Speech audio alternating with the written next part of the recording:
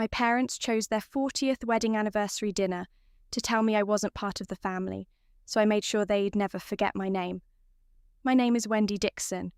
I'm 32 years old.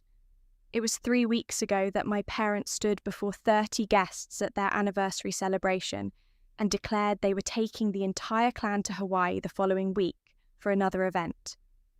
Everyone erupted in applause. My sister shrieked with joy. I found myself smiling, daydreaming about swaying palms and gentle waves.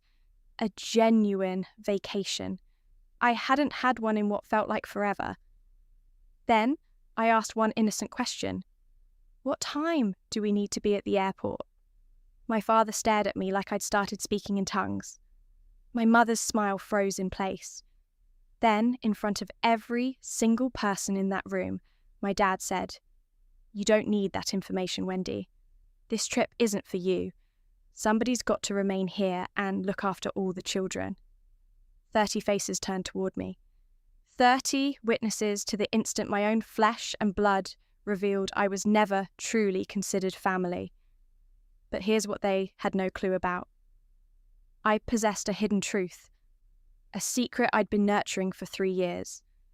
And that evening, I resolved that it was finally time to bring it into the light. Before I reveal what happened next, if this story strikes a chord with you, please pause and hit that like button and leave a comment telling me where you're watching from and what time it is there.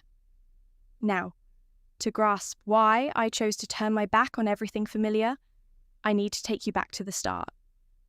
The Dixon family resides in a stately white colonial in the Boston suburbs. 4 bedrooms, a 2-car garage, a lawn that would make any homeowners association proud. It's the kind of house that broadcasts success to anyone passing by. My father, Harold Dixon, retired 3 years ago from his post as a bank branch manager. My mother, Patricia, has never held a formal job, though she insists her schedule is more demanding than any CEO's. She chairs the church women's committee, orchestrates neighbourhood fundraisers, and obsesses over what she calls our family's standing in the community. Then there's my sister Megan, 3 years my junior. She's married to Derek Hartley, a corporate attorney whose firm's name she manages to weave into every conversation. They have 2 children, Oliver, 5, and Sophie, 3, and a gleaming new Lexus SUV that always claims the prime spot in our parents' driveway. My Honda Civic, the one I've driven for a decade, gets relegated to the curb. "Wendy, move your car," my mother would command whenever I visited. Derek's bringing the Lexus, and people notice what's in the driveway first. I never argued. I simply complied. That's the nature of being the overlooked one. You stop recognizing all the subtle ways they've already determined you don't count. The prime parking spot. The better seat at the table. The way your mother introduces your sister by her husband's title, while you're just, "Wendy, she pitches in." I work part-time as an accountant, remote clients, flexible hours, a modest paycheck. Nothing that impresses by Dixon family standards. But I never informed them about my other pursuit. The venture I embarked on 3 years ago, after my life crumbled in a different manner, I never told them I'd learned to truly see. Let me illustrate what pitching in entails in the Dixon household. Thanksgiving arrives. I show up at 6 a.m. to start the turkey. I lay out my mother's Wedgwood china, the set I'm permitted to wash but never use. I arrange the flowers, polish the silver, coordinate the timing for 7 side dishes. Megan breezes in at noon, wrapped in cashmere, kisses everyone hello, and settles in to be served. Christmas follows the same pattern, with me wrapping all the presents my mother buys because her arthritis is acting up. Funny how that arthritis never interferes with her bridge games 3 times a week. For my niece and nephew's birthday parties, I'm the entertainment coordinator, the cleanup crew, and the backup sitter all rolled into one. Last year I spent 8 hours running Oliver's dinosaur-themed party, while Megan got a manicure because she needed a break. The one time I suggested skipping a family event due to a client deadline, my mother's tone turned glacial. Family comes first, Wendy. We all make sacrifices. Except, I appear to be the only one ever making them. The breaking point arrives in trivial moments. Like the Christmas, I received a kitchen apron that read, "World's Best Aunt," in sparkly letters. Megan presented it to me, beaming like she'd done something genuinely thoughtful. I wore it. I wore it every single time I showed up to cook, clean, and babysit. Do you want to know when the reality finally hit me? It struck on a random Tuesday evening while I was scrubbing my mother's Le Creuset pot after yet another dinner. I couldn't recall the last time anyone had invited me somewhere without expecting me to work. 3 years ago, my life collapsed. I'd been with a man named Kevin for 4 years. We discussed marriage, children, a shared future. Then, one evening, he sat me down and uttered words I'll never erase from memory. "I love you, Wendy, but I'm not in love with you anymore. You're just there. You're always just there. Like furniture, like wallpaper." After he walked out, I ended up wandering into a pawn shop downtown. I couldn't explain why. Maybe I was searching for something to fill the void. That's when I spotted it, a Canon DSLR camera. Second-hand, but in good condition, priced at $180. I purchased it with money I should have saved. I told no one. That camera became my sanctuary. I started photographing things most people overlook. Elderly women waiting at bus stops, the weary faces of overnight janitors, the weathered hands of street vendors. People society tends to look right through, the same way my family looks through me. I named the series Invisible Women. I created an anonymous Instagram account. No face, no real name, just the images. Over 3 years, I accumulated 12,000 followers. People who saw what I saw. People who understood. I kept the camera wrapped in an old cashmere scarf at the back of my closet. It was the only thing I ever kept solely for myself. 3 weeks before my parents' anniversary party, I received an email I nearly dismissed as spam.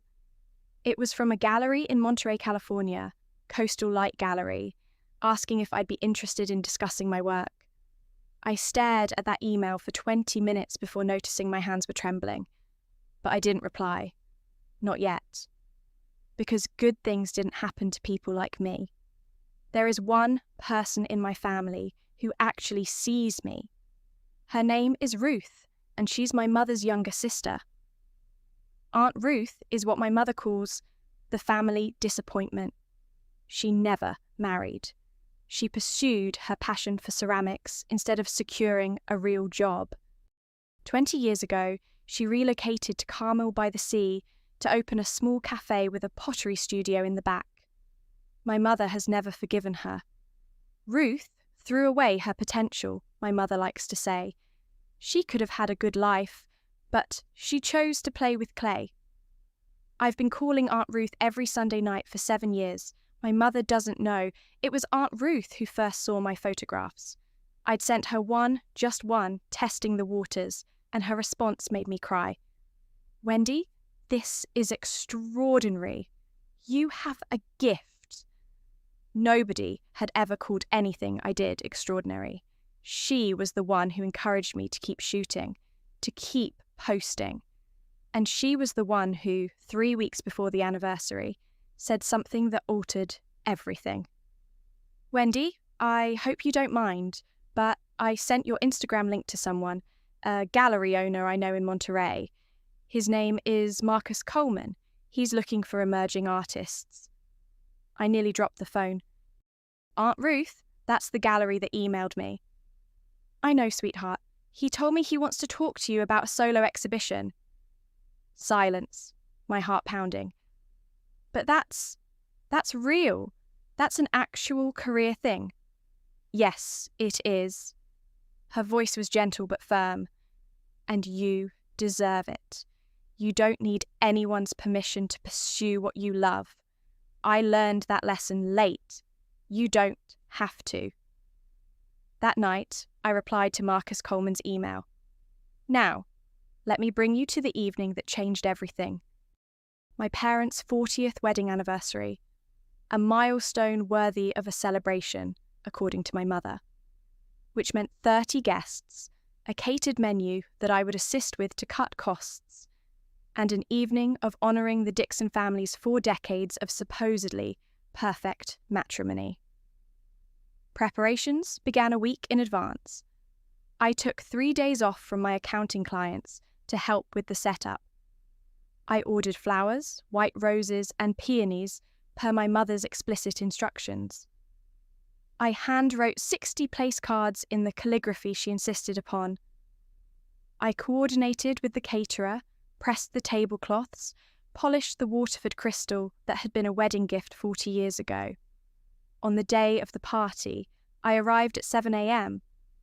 I wore jeans and a t-shirt because there was no point dressing up when I'd be confined to the kitchen for the next 10 hours. By 6 p.m, the house looked immaculate. Candles flickered on every surface. The dining table stretched across the living room, set for 30 with my mother's finest china.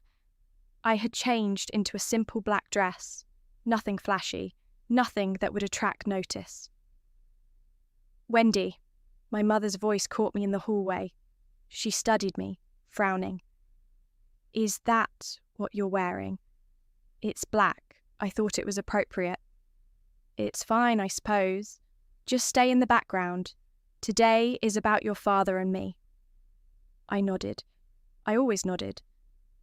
Guests began arriving at 7, men in sports coats, women in cocktail dresses, old colleagues, church friends, neighbours with equally immaculate lawns. 30 people who believed they knew the Dixon family. None of them knew me at all. And in 3 hours, that wouldn't matter anymore. Megan arrived at 7:15, her timing perfectly calculated for maximum effect. She swept through the front door in a red Diane von Furstenberg wrap dress. She announced the designer to anyone who asked, with Derek behind her in a charcoal suit, and their 2 children dressed like catalogue models. My mother rushed to embrace her, gushing over how stunning she looked, how handsome Derek was, how precious the grandchildren were. I watched from the kitchen doorway, holding a tray of bruschetta. "Everyone, you remember my daughter, Megan, and her husband, Derek," my mother announced to the room. "Derek's a partner at Whitmore and Associates. They just made him partner last year. We're so proud." Applause, smiles, congratulations. My mother never mentioned that I was the one who'd done Derek's taxes for 3 years, free of charge, naturally. I circulated with appetizers, refilled wine glasses, answered questions from guests who didn't recognize me. "Are you with the catering company?" one woman asked, reaching for a crab cake. Before I could respond, my mother materialized. "Oh, that's Wendy, my other daughter. She's helping out tonight." The woman smiled politely and turned away. My mother didn't notice. She never noticed. At one point, Derek approached me with Sophie squirming in his arms and Oliver tugging at his jacket. "Hey, can you take them? Megan and I need to mingle." "Not, would you mind? Not, thank you. Just, can you take them?" Like handing off luggage. I took them. I fed them dinner in the kitchen. I wiped Sophie's face when she spilled juice on her dress. I told Oliver 3 stories to keep him from running into the living room and disrupting the party. When I finally emerged, dessert was being served. I hadn't eaten anything all day. No one had thought to save me a plate. The announcement came at 9 p.m, right after my mother's tiramisu was served. My father stood up, tapping his champagne glass with a fork. The room fell silent. 30 faces turned toward him with expectant smiles. "Patricia and I want to thank you all for being here tonight," he began, his voice warm with rehearsed charm. 40 years of marriage, 4 decades of building this family, this life, this home. My mother beamed beside him. Megan reached for Derek's hand. I stood near the kitchen doorway, still holding a dirty dessert plate. And to celebrate this milestone, my father continued, we have a surprise announcement. He paused for effect. My mother's eyes sparkled. Next week, we're taking the whole family to Hawaii.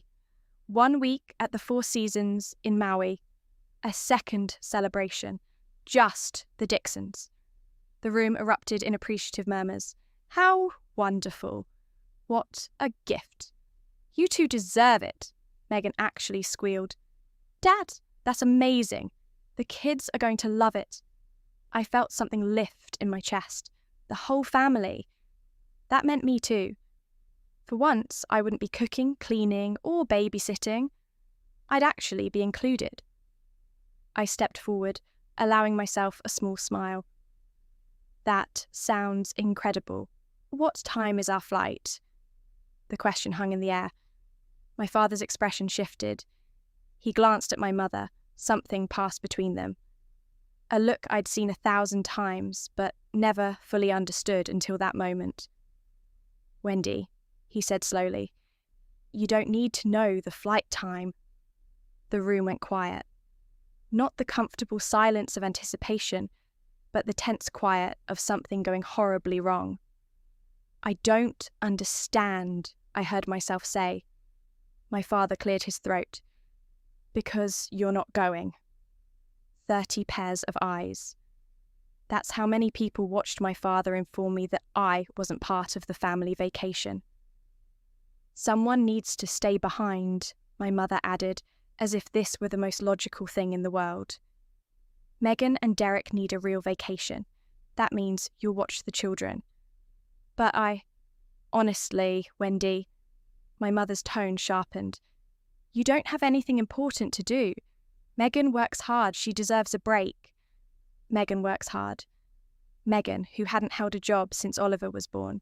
Megan, who had a nanny 3 days a week and still complained about exhaustion. It's just a week, Derek added, not even looking at me. The kids love you. I stood there in my plain black dress, holding a dirty plate, while 30 people watched me be dismissed from my own family. Some of them looked uncomfortable. Most of them just looked away.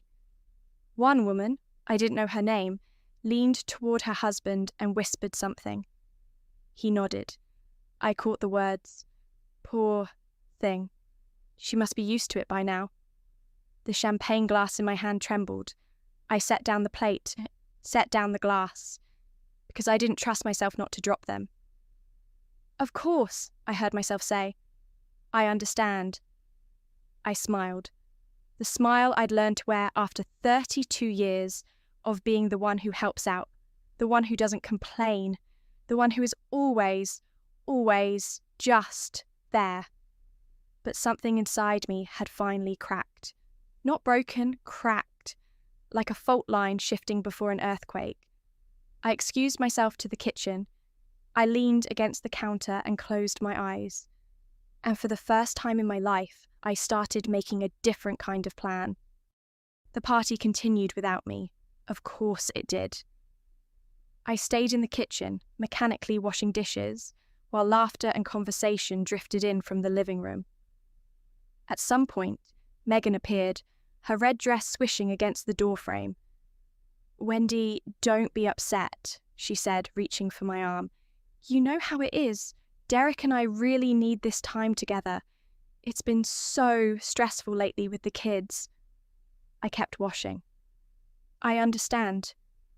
Besides, you're so good with Oliver and Sophie. They'll barely notice we're gone. I rinsed a champagne glass, set it in the drying rack, said nothing.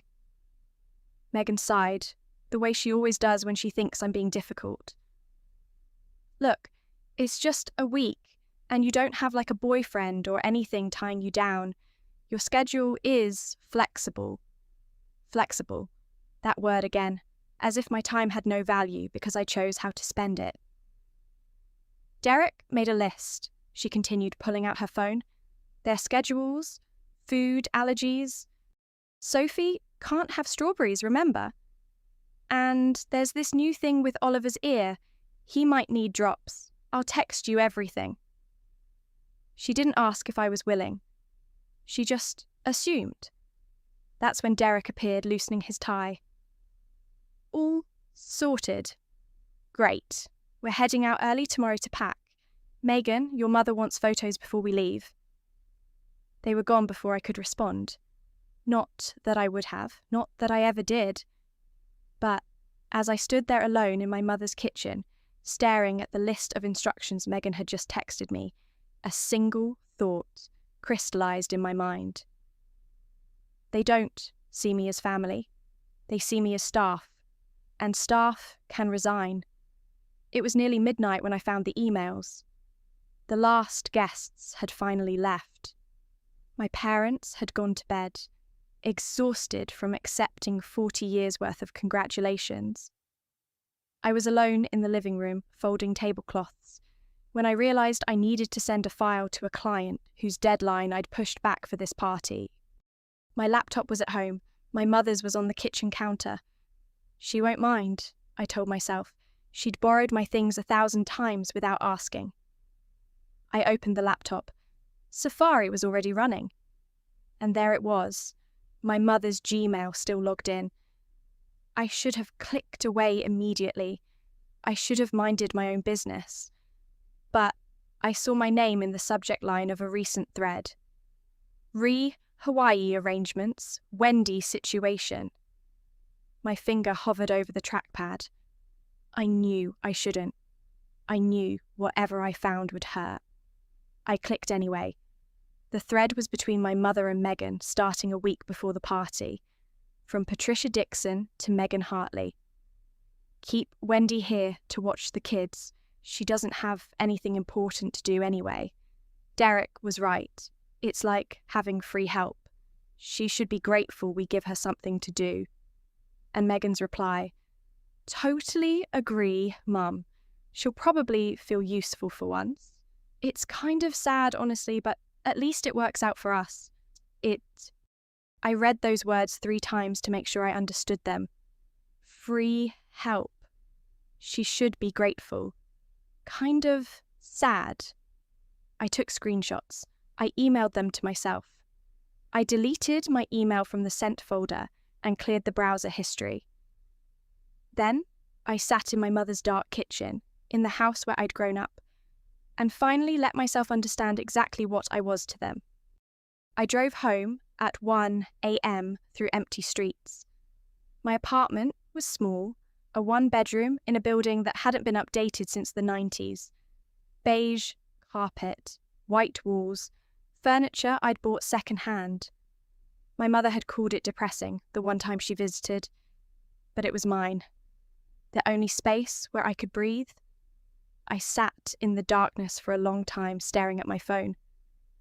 The email from Marcus Coleman glowed on the screen, the one I'd answered but never followed up on. We'd exchanged a few messages about a potential meeting. He wanted to see my full portfolio in person. He was excited about the series. I could go. I could actually go.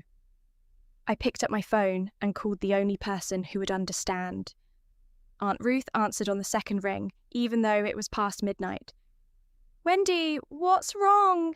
I told her everything. The announcement, the humiliation, the emails. My voice cracked exactly once when I read aloud the words, free help. When I finished, there was silence on the line. Then, Aunt Ruth said something I'll never forget. Wendy, I have a spare room above the cafe. I need help with the morning shift anyway. And that gallery, it's 20 minutes from my place. Aunt Ruth, I can't just... Yes, you can. You can leave. You can choose yourself for once. The only person stopping you is you. I hung up at 2 a.m. By 6, I'd started packing. 3 suitcases. My camera equipment. My laptop. The cashmere scarf that had wrapped my Canon. I left behind the world's best aunt apron. For the first time in 32 years, I was choosing myself. If you've made it this far, I want to ask you something. Have you ever had to choose between your family and yourself? Have you ever stood at a crossroads where staying meant losing who you were? Tell me in the comments, what would you do? Would you stay and endure it, or would you leave? And if this story matters to you, please hit that like button. Now, let me tell you what happened when I told them I was leaving. 2 days before my family's Hawaii trip, I drove to my parents' house one last time. My mother was in the living room, coordinating outfits for the vacation. Megan sat on the couch scrolling through resort reviews. Derek was somewhere upstairs, probably on a work call. My father was reading the paper in his armchair, the way he always did. Present in body, absent in attention. I need to tell you something, I said from the doorway. My mother barely looked up. If it's about the children's schedule, Megan already sent it to you. It's not about that. I steadied my voice. I'm not watching the kids. I won't be available. That got their attention. Megan's head snapped up. My mother's hands froze over a pile of sundresses. What do you mean, not available? My mother asked. I have a work opportunity in California. I'm leaving tomorrow. California? My father lowered his newspaper. What kind of work opportunity? It's professional, something I've been working toward. I didn't owe them the details. I didn't owe them anything. Megan's face twisted. Wendy, you can't be serious. I'm counting on you. We all planned around this. You planned around me without asking me, I said quietly. I'm not cancelling my life because you assumed I didn't have one. The silence was deafening. Then my mother stood up, her voice cold as January. This is incredibly selfish, Wendy. Megan needs your help. Family comes first. Family comes first, I repeated, except when it comes to inviting me to Hawaii. Her mouth opened, then closed. For once, Patricia Dixon had nothing to say. My father cleared his throat. If you leave, don't expect us to welcome you back with open arms. I understand, I said, and for the first time, I meant it. The next 24 hours were a masterclass in emotional manipulation. My mother called 6 times. Each voicemail was more dramatic than the last. You're tearing this family apart, Wendy.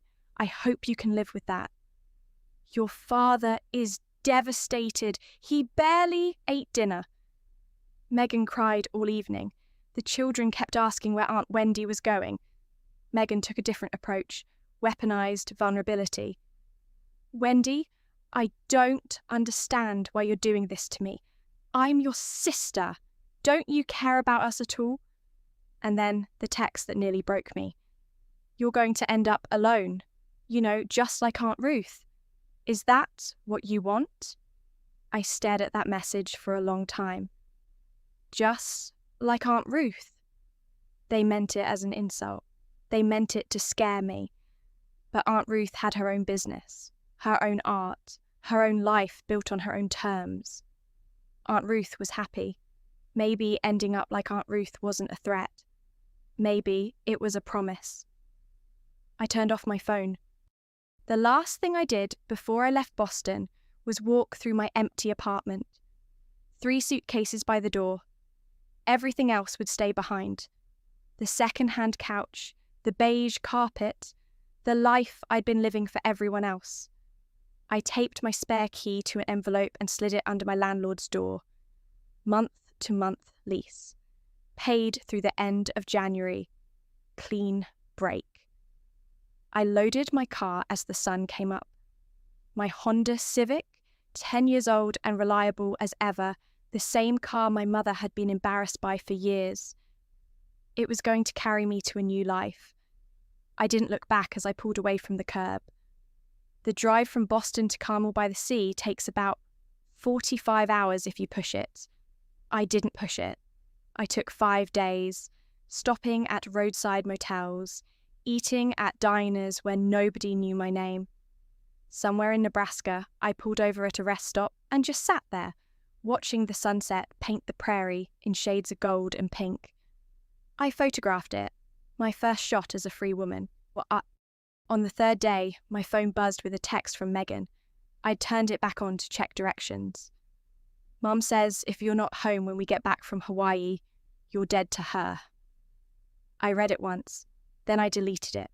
She was already acting like I was dead anyway. At least, now I'd be alive somewhere else. On the 4th day, I called Aunt Ruth from a gas station in Arizona. I'm about 8 hours out, I said.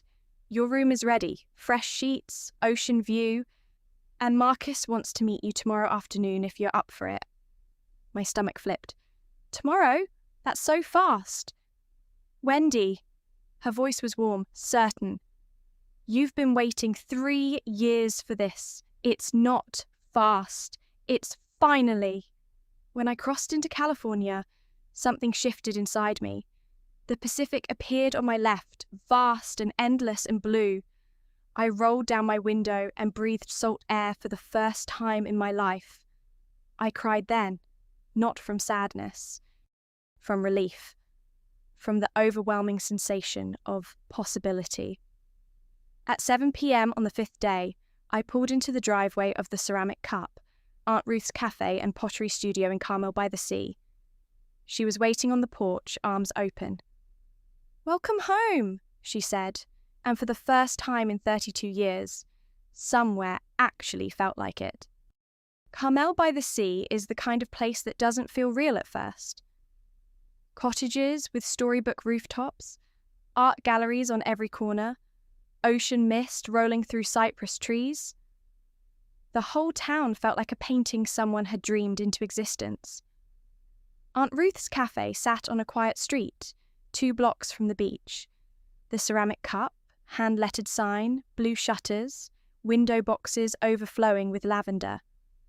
The pottery studio occupied the back half of the building, where she taught classes and sold her work to tourists who wandered in for coffee. My room was upstairs, small but bright, a bed with a white quilt, a desk by the window, and a view of the Pacific that made my chest ache with something I couldn't name. You'll work the morning shift, Aunt Ruth explained over dinner that first night. 6 to noon. After that, your time is yours. I don't know how to thank you for this. She waved her hand. Don't thank me. Just build something. That's payment enough. The next morning, I woke before dawn. I tied on an apron, not the world's best aunt, one I'd left behind. Just a simple canvas apron with the Ceramic Cup embroidered in blue thread, and I learned how to make pour-over coffee. Customers came and went, locals who knew Ruth by name, tourists charmed by the homemade scones. I took orders, wiped tables, chatted with strangers who had no idea I'd run away from my entire life 5 days ago. By noon, I'd made $37 in tips. I'd smiled more than I had in months. And at 2 p.m, I had an appointment at Coastal Light Gallery. I showered, changed into the nicest dress I owned, and walked 3 blocks to meet the man who might change everything. Marcus Coleman looked nothing like I expected. I'd imagined someone intimidating, slicked-back hair, designer suit, the kind of gallery owner who made artists feel small. Instead, the man who greeted me at Coastal Light Gallery was tall and weathered, with silver hair and kind eyes. He wore a linen shirt, sleeves rolled up, and smiled like we were already friends. "Wendy Dixon," he said, shaking my hand. "Ruth has told me a lot about you. But the work speaks for itself." He led me through the gallery. White walls, natural light, photographs and paintings displayed with careful precision. This was a serious place, a place where art mattered. "I've looked through your Instagram extensively," Marcus continued. "The Invisible Women series is extraordinary. There's a truth in those images that most photographers spend decades trying to capture." I didn't know what to say. I'd never heard anyone describe my work that way. "This one?" He stopped in front of a large monitor displaying my portfolio. On screen was a photograph I'd taken 2 years ago, an elderly woman waiting alone at a bus stop. Her face a map of lines and quiet dignity. This is the one that made me reach out. There's something in her eyes. Patience, maybe, or resignation. It's heartbreaking. She was waiting for a bus that came late, I said quietly. She'd been standing there for 40 minutes. Nobody stopped to offer help. Marcus nodded slowly. You see people, Wendy? Really see them. That's a gift. He turned to face me, and his next words landed like a key turning in a lock. I'd like to offer you a solo exhibition. 15 pieces, opening in 6 weeks. We'll handle printing, framing, and marketing. You keep 60% of all sales. I signed the contract on a Tuesday afternoon, sitting at Marcus's desk with sunlight streaming through the gallery windows. The document was simple. 15 photographs. Opening night scheduled for late August. Coastal Light Gallery would handle production costs, printing, framing, installation, marketing materials. I would receive 60% of all sales revenue, with the gallery retaining 40% as commission. Standard terms, Marcus assured me. Fair terms. But as I read through the pages, my hands started to shake. Take your time, Marcus said gently. This is a big step. It wasn't the business terms that overwhelmed me. It was seeing my name printed in official type. Artist Wendy Dixon. A legal document recognizing that my work had value, that I had value. I thought about all the times I'd done my family's taxes without credit, all the parties I'd organised without thanks, all the hours spent caring for children who would grow up never knowing how much I'd given them. Not once had my name appeared on anything that celebrated my contribution. Until now. The exhibition title, Marcus said, pointing to a line near the bottom. I'd like your approval. We're proposing Invisible Women, Portraits of the Overlooked. Invisible Women, I whispered. It's perfect. I signed my name on the line. Marcus countersigned as witness. The document was notarized by his assistant, a young woman named Julia, who stamped the pages with official precision. When it was done, Marcus handed me my copy. Congratulations, Wendy. You're officially a represented artist. I walked out of that gallery holding the contract against my chest. Physical proof that I wasn't nothing, that I'd never been nothing. For 3 years, I'd built something in the shadows. Now, finally, it was about to step into the light.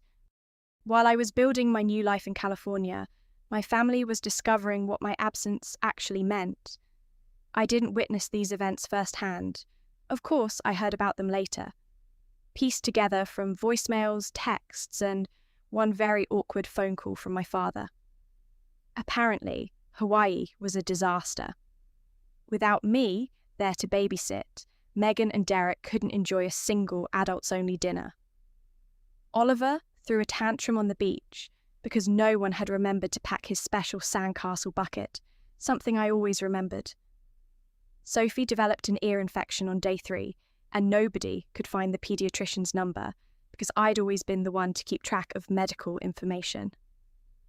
My mother spent most of the trip complaining that the resort staff wasn't as attentive as expected.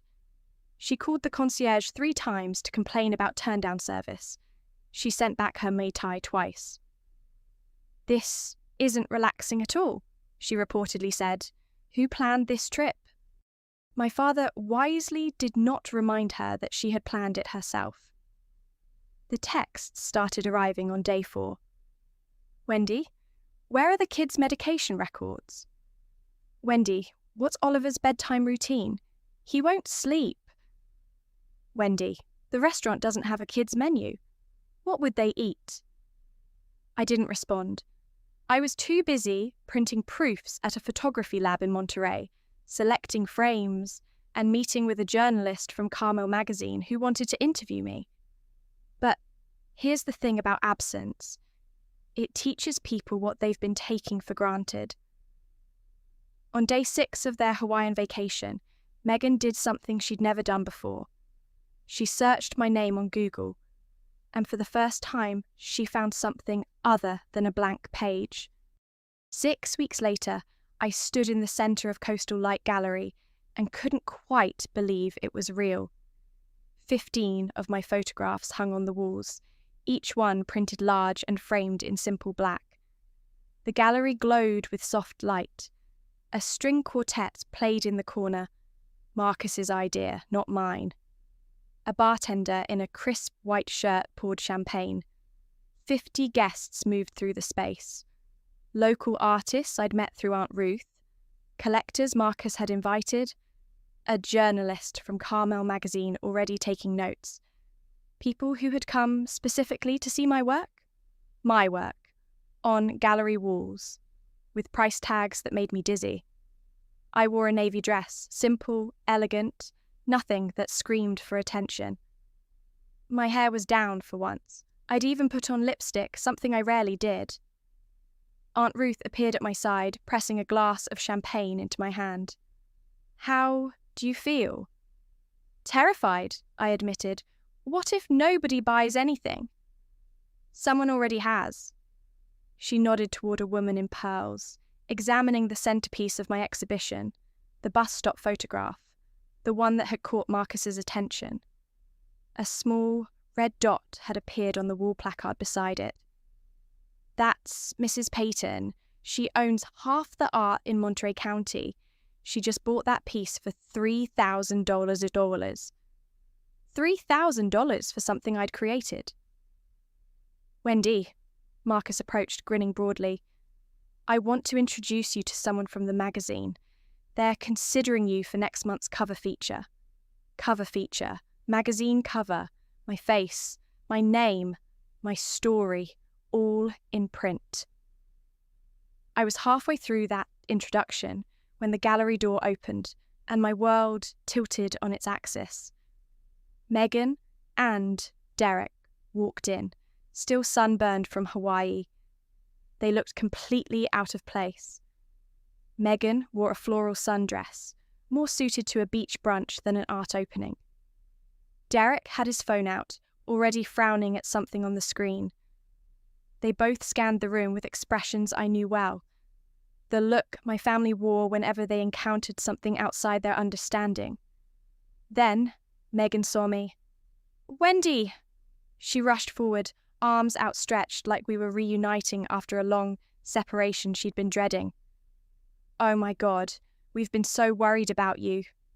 50 guests turned to look. The string quartet faltered for half a beat before continuing. "Megan," I kept my voice calm, "this is unexpected.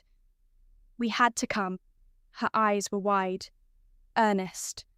We flew in yesterday. Mom found your Instagram. She's been calling everyone trying to track you down."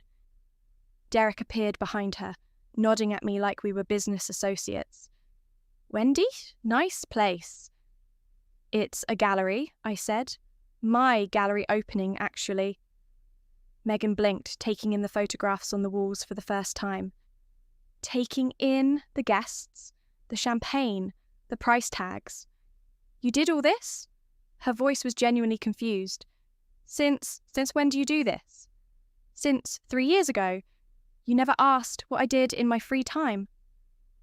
Aunt Ruth materialized at my elbow, a quiet wall of support. Across the room, Marcus was watching carefully, ready to intervene if needed. Megan leaned closer, lowering her voice. "Wendy, I have news. I'm pregnant again, number 3, and I really need you to come home. Derek's work is crazy right now. Mom's not helpful with the kids. I need you." There it was, not an apology, not congratulations on the exhibition, just need. Always, always their need. The words hung in the air between us. I need you. How many times had I heard that phrase? How many times had I dropped everything, rearranged my life, made myself small enough to fit into the space they'd carved out for me? "Megan," I said quietly, "I'm in the middle of my opening night." I know, and this is lovely, really." She waved a hand at my life's work like it was a cute hobby. But we can talk about that later. Right now, I need to know when you're coming back. She's not coming back. Aunt Ruth's voice cut through like a blade. She lives here now. Derek stepped forward, irritation flickering across his face. With all due respect, Ruth, this is family business. Family business? Aunt Ruth laughed, a short, sharp sound. You mean the family that uninvited her from vacation and called her free help in emails she wasn't supposed to see? Megan went pale. Around us, guests had stopped pretending not to listen. The journalist from Carmel magazine, I noticed her pen moving rapidly across her notepad. We didn't mean it like that, Megan stammered. How exactly did you mean it? This came from Mrs. Peyton, the collector who'd just purchased my photograph. She stood nearby, champagne in hand, watching the scene unfold with undisguised interest. I'm sorry, Derek said tightly. Who are you? Someone who just paid $3,000 for that young woman's art. Mrs. Peyton nodded toward my bus stop photograph. And someone who's very curious why her family seems to think she should abandon her career to be a babysitter. The temperature in the room dropped 10 degrees. Megan looked at me, desperation in her eyes. Wendy, please, let's talk privately. Let me pause here for a second. If your family showed up at the most important night of your life, not to celebrate, but to drag you back to a life where you didn't exist, what would you say? Tell me in the comments. I really want to know.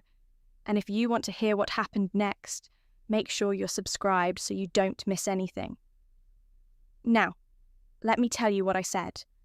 I didn't retreat to a corner.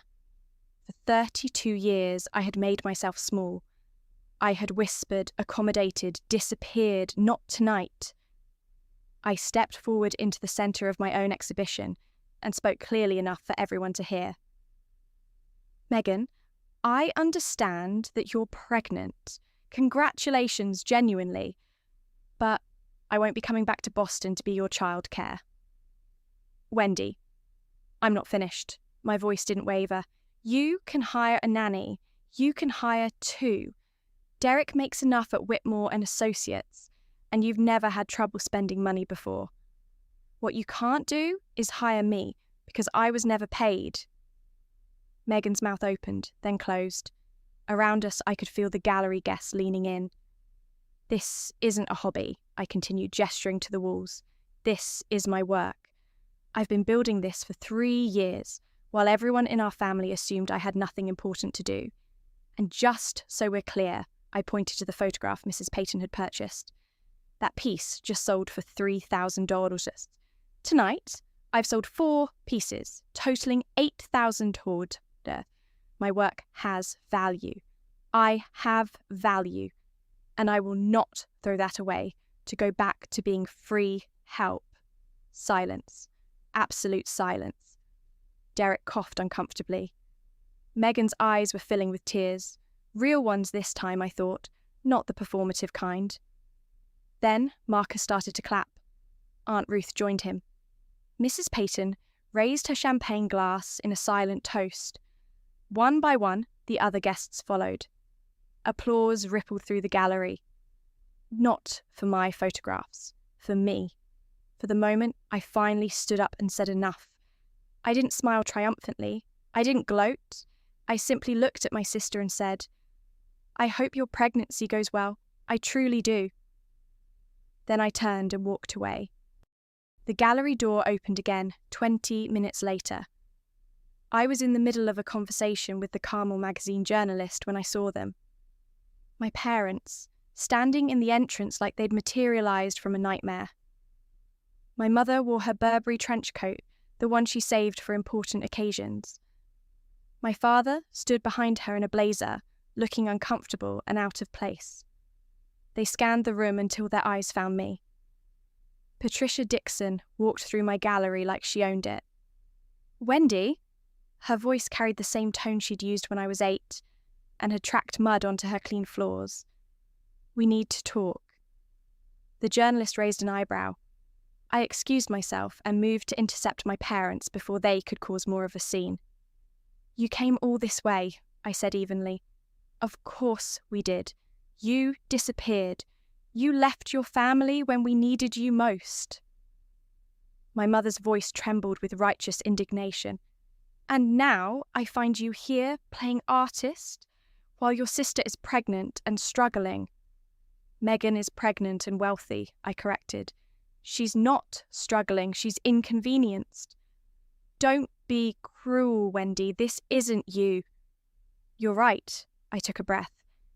It isn't the me you wanted, the me that you could count on to do whatever you asked, but that Wendy was never seen, Mum. She was just used. My father cleared his throat. Wendy, your mother is trying to say. I know what she's trying to say, Dad. I've heard it my whole life. Family comes first. Make sacrifices. Don't be selfish. I met his eyes. But I wasn't part of the family trip to Hawaii, remember? So which is it? Am I family or aren't I? Neither of them had an answer. My mother recovered first. Hawaii was one trip, she said dismissively. You're blowing this out of proportion. Someone had to stay with the children. Someone, I repeated. Why me? Why always me? Because you have the time. You don't have a husband. You don't have children of your own. What else would you be doing? I'd wondered if I would ever use those screenshots. Part of me had hoped I'd never have to. But standing there, in my gallery, surrounded by my work and my witnesses, I realised that some truths need to be spoken aloud. I pulled out my phone. Let me read you something, I said, my voice steady. This is an email you sent to Megan before the anniversary party. My mother's face went white. Keep Wendy here to watch the kids. She doesn't have anything important to do anyway. It's like having free help. She should be grateful we give her something to do. The gallery had gone silent again. I could feel every eye on us. And Megan replied, I continued, she'll probably feel useful for once. It's kind of sad. Megan, standing a few feet away, looked like she wanted the floor to swallow her. Wendy, my father started, where did you... It doesn't matter where I found it. What matters is that you wrote it. I lowered my phone. I'm not reading this to embarrass anyone. I'm reading it so you understand why I left. You didn't see me as family. You saw me as staff. And staff has the right to quit. My mother's mouth opened, closed, opened again. For the first time in my life, Patricia Dixon was speechless. The journalist from Carmel magazine was still writing. It was Derek who broke first. This is ridiculous, he snapped, stepping forward. Wendy, you're making a scene over nothing. So your family asked you to babysit? Big deal. That's what families do. Not everyone gets to run off and pretend to be an artist. Pretend. Mrs. Payton's voice cut through the room like ice. I just spent $3,000 on her work. I don't pay that kind of money for pretend. Derek turned, his corporate composure cracking. With respect, Mum, you don't know this family. This is between us. Actually, I know exactly what I need to know. Mrs. Payton set down her champagne glass. I know that young woman has spent years photographing people society overlooks. And I know her own family treated her exactly the same way. A murmur rippled through the gallery. Guests were openly staring now. The kind of attention my mother had always craved, but not like this. Never like this. My mother tried to salvage the situation. This is a misunderstanding. Family jokes are being taken out of context. A joke? Another voice, a woman in her 60s with silver hair and a kind face. I'd sold her a photograph earlier that evening. Telling your daughter she has nothing important to do? Calling her free help? What's funny about that? More murmurs, more judgment. The social capital my mother had spent decades accumulating was evaporating in real time. "I think," Aunt Ruth said gently, "it might be time for you to leave." My mother's face flushed scarlet. My father took her arm. Megan was crying now, real, humiliated tears. Derek stood frozen, finally, understanding that his courtroom tactics meant nothing here. "Wendy," my mother said, her voice shaking, "you'll regret this." "No," I said quietly. "I really won't." My mother left first. She turned on her heel without another word, pulling my father behind her. The gallery door closed with a soft click that somehow echoed louder than a slam.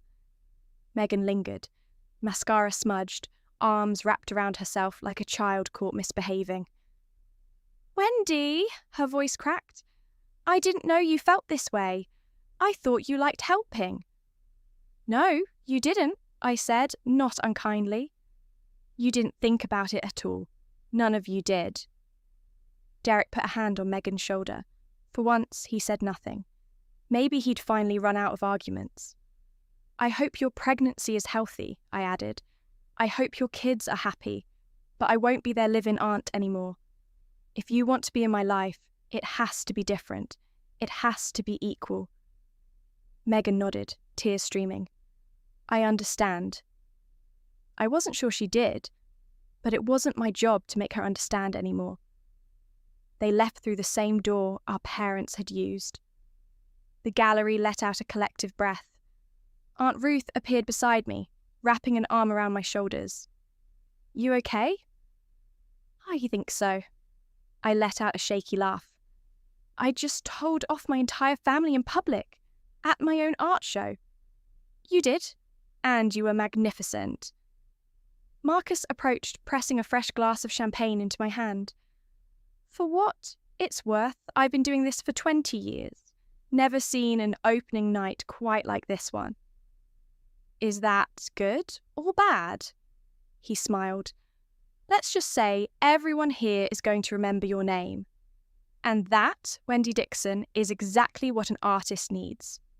I looked around at my photographs, my gallery, my new life. For once, I didn't feel invisible. By the time the gallery closed that night, I had sold 8 of 15 photographs. 8 pieces. $14,000 in total sales. $8,400 would go to me. 60%, just like the contract promised. Marcus handed me the printout of the evening's transactions as the last guests filtered out. Not bad for an opening night, especially one with unexpected family drama. I stared at the numbers. $8,400, more than I'd made in 3 months of part-time accounting work. "Mrs. Peyton wants to commission a piece," Marcus continued. "She has a vacation home in Big Sur, wants you to photograph the coastline." A commission. Private collectors often work that way. "She liked your eye. She wants to see what you do with her landscape." He handed me a business card.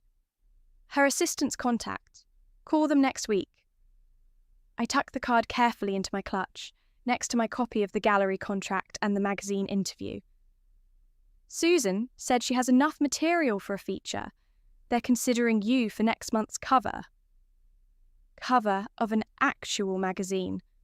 With my name, my face, my story. Aunt Ruth helped me carry the unsold photographs back to my room above the cafe that night. 7 pieces still waiting for the right buyers. But 7 was better than 15. 7 meant people had seen value in what I created. I set the check on my desk, the first check I'd ever received for my art, and photographed it. Not to post anywhere, just to remember. Payable to Wendy Dixon, $8,400. Proof. Physical proof that I wasn't nothing, that I'd never been nothing at all. 2 months later, my new life had a rhythm. I woke at 5 a.m., watched the sun rise over the Pacific from my window, and opened the ceramic cup by 6. Morning shift until noon, pouring coffee, chatting with regulars, learning the names of locals who now recognised me as Ruth's niece, the photographer. Afternoons belonged to my work. I'd rented a small studio space 3 blocks from the cafe, just big enough for my editing equipment and a printing station. The gallery exhibition had closed, but Marcus had already scheduled another show for spring. This one called Boundaries, photographs of edges, thresholds, the spaces between belonging and being alone. It felt right. The magazine article came out in October, my face on the cover of Carmel magazine next to the headline, "The Artist Who Learned to See Herself." The article told my story, edited, of course, with names changed to protect the innocent and the guilty alike. But the truth was there. The invisibility, the breaking point, the choice. People reached out. Women who'd been the family helper, the reliable one, the one everyone forgot to thank. Their messages filled my inbox like a chorus of recognition. I thought I was the only one. You gave me permission to leave. Thank you for showing me it's possible. My family reached out too. Eventually. Megan texted after the baby was born, a girl named Charlotte. She sent a photo. I sent congratulations and a gift card. Nothing more. My mother called once. I didn't answer. She left a voicemail asking if I'd gotten this out of my system yet. I deleted it. But my father surprised me. His email arrived on a Tuesday evening, 3 sentences long. "Wendy, I saw the magazine. I'm proud of you." That one I kept. Today I'm sitting in my studio, looking out at the Pacific. The Canon camera I bought from that pawn shop still sits on my shelf. Older now, battered, but still working. Next to it sits a newer model, one I purchased with money I earned from my art. Both cameras matter. One reminded me to see. The other proves that people saw me back. My second exhibition opens next month. Boundaries. 15 new photographs, each one exploring the edges of connection, where family ends and self begins, where obligation crosses into exploitation, where love becomes something else entirely. I think it might be my best work yet. Aunt Ruth stops by every morning with coffee and commentary. Marcus checks in weekly with updates about collectors and opportunities. The ceramic cup regulars have started requesting the photographer's table by the window, where I sometimes edit photos between customers. I'm not rich, I'm not famous, but I'm seen. And that's enough. As for my family, we exist in a new configuration now. Christmas cards, birthday texts, the occasional update about the children, civil, distant, healthier than before. I haven't been back to Boston. Maybe someday I will. But only as a visitor, never as the help.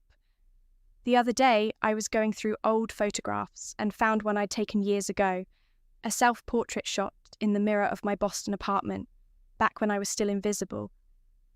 The woman in that photo looked tired, defeated, like she was waiting for permission to exist.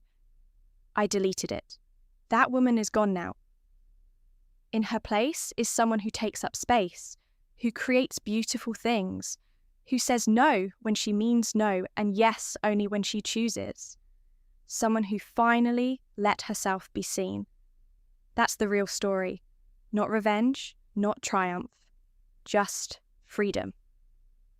From a psychological perspective, Wendy's story illustrates something called parentification, when a child, often the eldest, takes on adult responsibilities without recognition or reciprocity.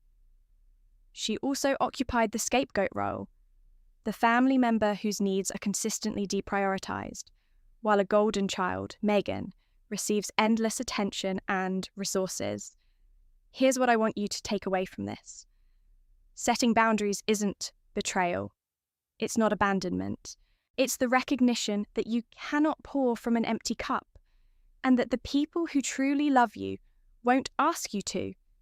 If you're in a situation like Wendy's, remember, Your worth isn't measured by how useful you are to others. It's inherent. It was always there. And sometimes the bravest thing you can do isn't fight back. It's walk away. Build something of your own. Let your life speak louder than any argument ever could. You deserve that. We all do. If you found meaning in this story, please give this video a like and subscribe to Winds of Thought. Leave a comment and let me know. What's one boundary you've had to set in your own life? Thank you for watching. I'll see you in the next one.